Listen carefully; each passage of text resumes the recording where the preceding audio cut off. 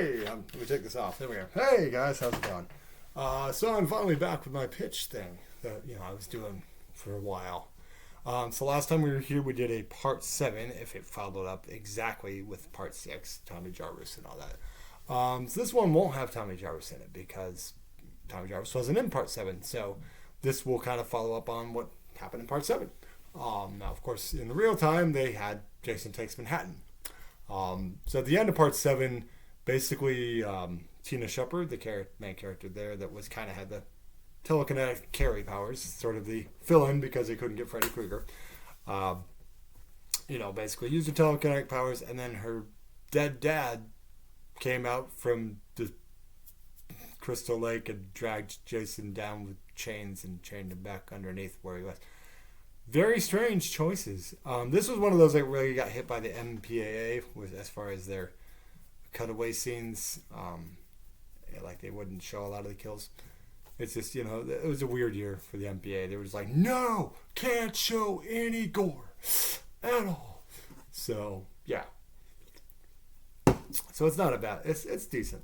But yeah, it was called The New Blood, I believe. So, was it The New Blood? Was it, Adam? Let's go to the handy dandy footage here. Yes, it is The New Blood. I was correct.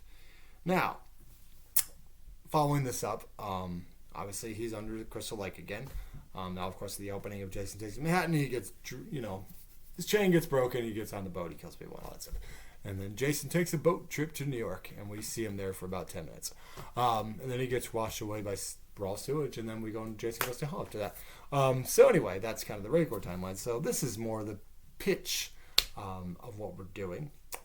And so I have to come up with kind of a follow-up. But let's say we're going to continue on with the Tina Shepard character.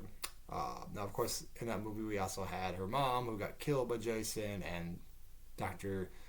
Bernie, Terry Kaiser, from Weekend at Bernie's, is this kind of psychiatrist who's trying to get, her to, bring, I don't know, it's a whole evil psychiatrist, man. They're just a thing. So by the end of that movie, like, there's a guy named Nick, that's kind of helping her out or whatever. I think he survives too. So those would probably be our returning characters. Now, could we bring Tommy Jarvis in and some of the other characters? We could, but I feel like I've kind of been using that Tommy Jarvis thing for the last couple pitches.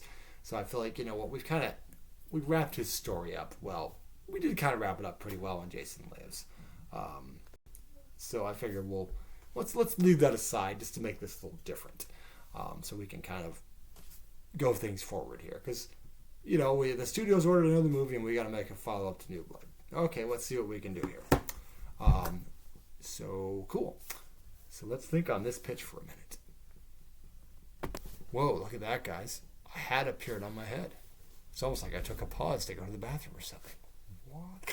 Anyway, where were we? This is the Friday the 13th pitch. You're right. It is, Adam. Good job. Succeed.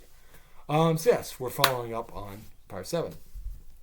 So, Tina Shepard and Nick have, now I said, one thing I'm going to avoid, we're not going to go to New York.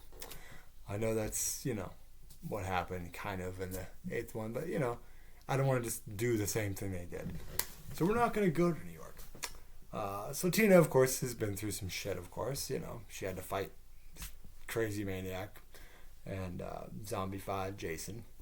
And, of course, she's got her telekinetic powers. So I think we can tie in the government's always interested in the people who have telekinetic powers, right? So I would say, maybe, these people hear about the fact that she's got these telekinetic powers, and maybe they take them in or whatever. They're like, oh, what'd you do with this? And then they see all these murdered people, and they're starting to suspect this girl, and they're like, well, she can do this stuff, so maybe she killed all these people. Jason Voorhees, he's dead, kind of going back to the whole town being like, oh no, Jason Voorhees, he died long ago, and his grave's right over there, come on. So anyway, of course, he's down in Crystal Lake, chained up and stuff. So yeah, we'll tie in, government wants to, hey, she's telekinetic. There must be something wrong with her. She's a freak. So we're going to kind of lock her away a little bit and to kind of be poked and prodded because that's what the government does in these type of movies. this is the 80s, 90s area, so that's kind of what they do. So yeah, Nick's of course fighting to get her out of there and stuff like that. So they're still a very big part of the movie, but they're dealing with that right now. Maybe they're trying to, it's the typical government thing of like, hey, maybe we can take some of her blood and make our soldiers telekinetic. Like they think she's a mutant or something. So this is an X-Men, guys. What the hell? So anyway, little weird stuff to tie in there, but hey, I mean this company made Jason X, so. Well, I mean, technically Paramount didn't, but regardless, it gets weird. I mean, it's a Friday the 13th movie. Things are going to get weird. So anyway, we can just basically have a similar thing happen. Someone's going swimming, and Jason will pull them under, and then he'll find a way to, choke them out or whatever. And so, let's just say, we'll kind of go with like a thing of like, hey, people who've been going out swimming or skinny dipping there, and they're getting pulled under the water by something. So of course, these people they're like, oh well, it's probably like a alligator or something, even though it's New Jersey. But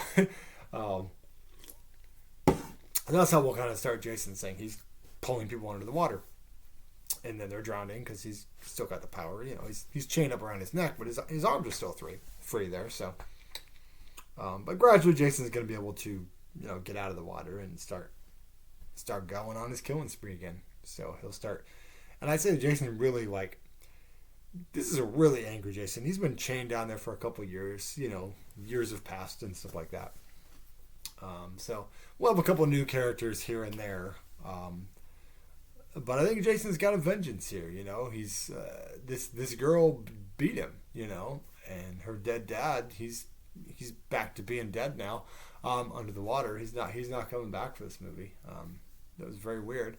I will resurrect my dead father with my telekinetic power. Okay. That's why I'm like, this is, nothing wrong with going weird there. But yeah, so I would say he's popping up, and I think Jason's really vicious, even more vicious this time. He's been under the water. He's been chained up. He's gotten a few kills on these people who have been dumb enough to go out swimming out there, but so the town's kind of freaking out a little bit. They're like, okay, we got it. Before he gets out of the water, they're like, okay, we got to keep people away from there. Put a sign up or something, we're not going to do the Jaws mayor thing where it's like, no, everything's fine. Let's go swimming. It's cool. We're actually going to be like, no, we got to keep the hell away from Camp Crystal Lake. Board that freaking place up. Stop trying to open this goddamn place. Stop trying to make it a thing, guys. Stop trying to. Crystal Lake is done. It's done, okay? No one's going to camp there any freaking more, okay? Just stop. Just stop the Camp Crystal Lake. So, anyway, eventually Jason, gets his little chain cut off. Maybe it's a boat, maybe it's something else that gets it cut. But he gets the motor cut, so he's free again from the water. And the movie will not end with him chained underneath there again, because we've done that now twice. So we're gonna move on from that. But yeah, this is angry. Jason's like, all right, no one wants to come to Crystal Lake. I'm gonna come to them. So he is gonna leave Crystal Lake a little bit. He's not gonna go to New York though. That's a whole other movie. So anyway, he's gonna go on and he's just gonna kill everybody in town. Like he's just gonna slaughter the whole surrounding town near Camp Crystal Lake, whatever. And the cops are getting taken out. You maybe have a couple cop characters that survive or fight him and stuff like that. But basically they're just taking out people left and right. He's like a machine. Almost like Jason X, where he's not a Terminator, but he's just like he's on a vengeance. He's here to kill people now. This is his mission now. Kill, mommy, kill. But this Jason's pretty vicious, and they're like, and so the government hears about this shit, and they're like, okay, we gotta send this telekinetic girl after him again. It's like, all right, you need to help us. It's like, why am I gonna help you? You've chained me up here like a prisoner, So anyway, they do let her go, and Nick's there too, or whatever. Nick's there. He's just there. He's there to support his woman. That's what he's there to do. That goes on, and there's a big fight again between the telekinesis and Jason.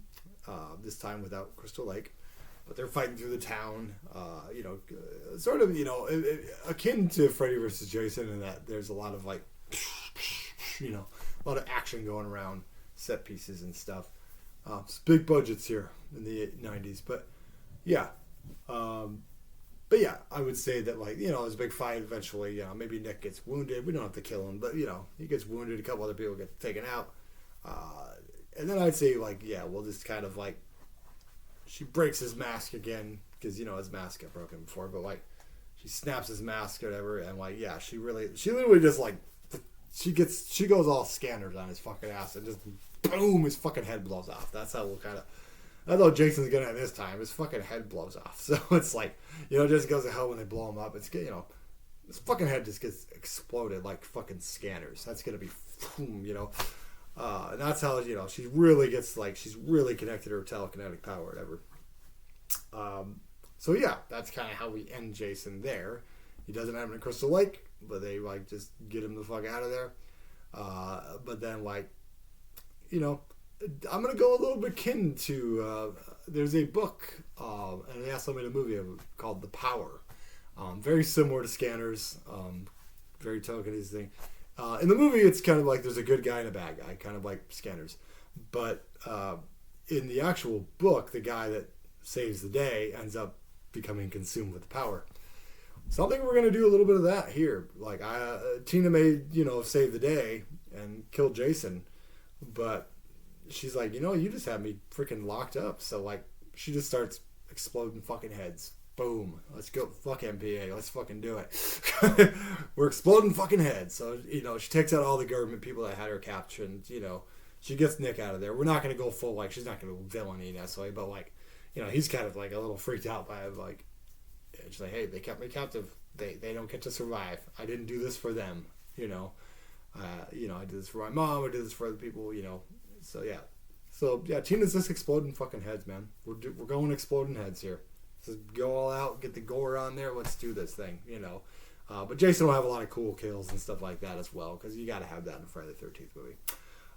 So that's kind of how we'll end it.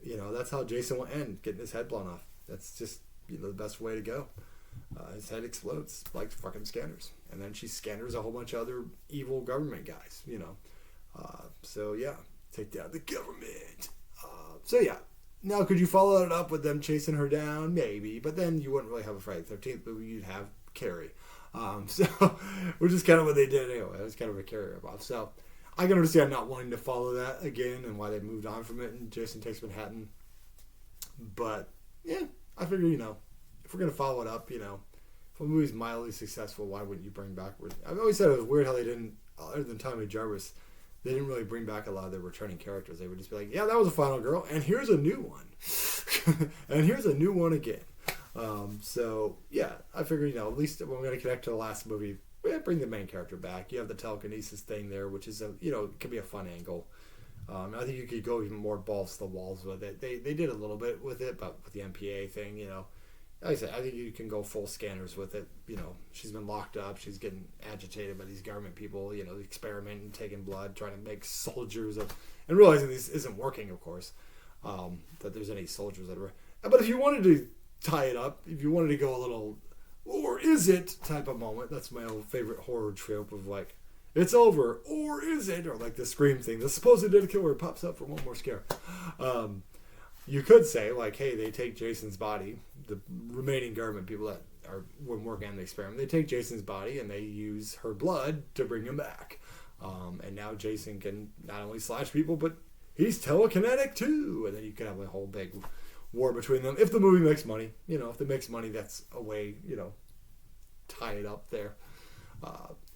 Which you never know. It probably would, maybe it wouldn't. Who knows? I know Jason Takes Manhattan was like a really low grossing one, which is why they had to sell the rights. So yeah, that'd be my Friday the 13th 8, following up part 7. We'll really play into the telekinesis, go balls to walls, blow people's heads up. Let's do it. Jason's pulling people under the water. Let's have fun with it. Cool. So that's my pitch for a Friday the 13th part 8 that doesn't take place in Manhattan. So yeah, hope you guys enjoyed that pitch. So I still have a couple more to do. We'll have a follow-up to Jason Takes Manhattan that's not Jason Goes to Hell. And we'll have a follow-up to Jason Goes to Hell. Follow-up to Jason X. And we already did Freddy vs. Jason. And the remake. So we have 4 more to go. 4 more pitches to go. I may do another one later. I might look up the Jason takes him a hat and try to figure out the characters and see how this would happen. Because at the end of 8, he gets like the sewage, like raw sewage, just burns him alive basically under the sewers of New York, and then he turns into a little boy and then disappears. So very weird things. Like I said, the telekinesis thing is not completely out there with the. I mean, dead dads are popping up there. It's not like Friday the 13th was based in realism, guys. So whatever. Just at this point, just throw balls against the wall. We're gonna keep making this shit. Just who cares? Just throw whatever. It's a Hollywood thing to do. Yeah, just throw whatever at it. Cool. I hope you enjoyed that pitch, guys. I might do another one later. Maybe I won't. Maybe I'll do one next week. But we'll keep on it.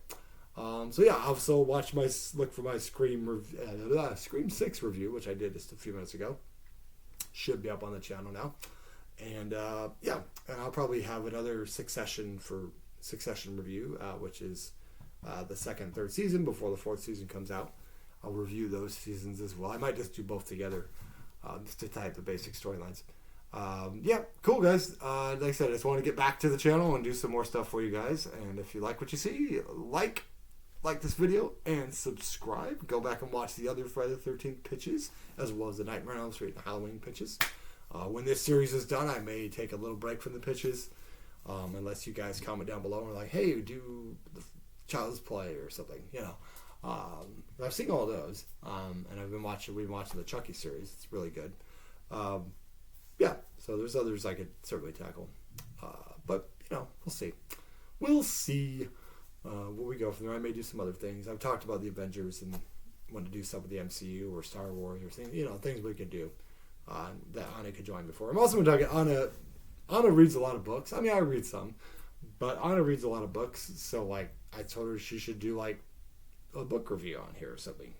Give her something else. I do these movie reviews a lot by myself most of the time, or things I watch on streaming. So, but she reads a lot of books, so I'm like, she could take a book and talk about that book, and doesn't have to be super long, but just a basic thing. So some fun things come to this channel, guys. So I hope you guys enjoyed this, and have a great night.